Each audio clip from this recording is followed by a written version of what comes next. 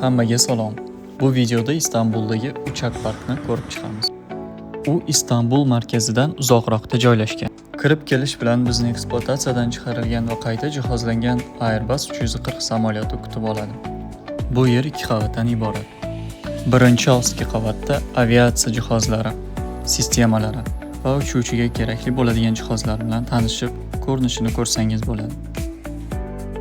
Va shu yerning o'zida samolyotning bir qancha turidagi dvigatellari, ko'rinishi va hatto ular qanday ishlashini o'zingiz ishlatib ko'rishingiz mumkin.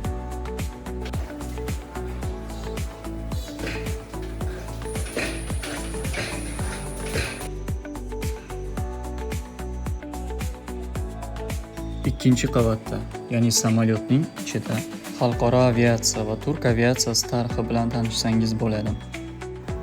Bu yerda bir qancha simulyatorlardan tortib, har xil laboratorik jihozlargacha ko'rsangiz bo'ladi.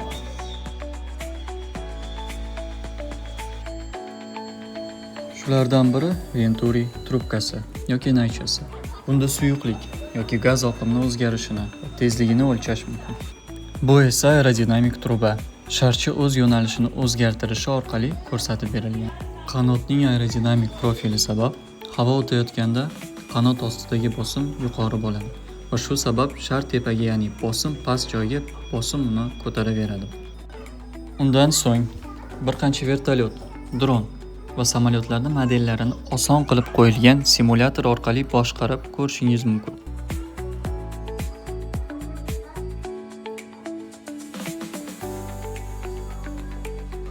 Uchuvchilik hissiyotini biroz bo'lsa-da yetkazib beruvchi simulyatorlar ham bor.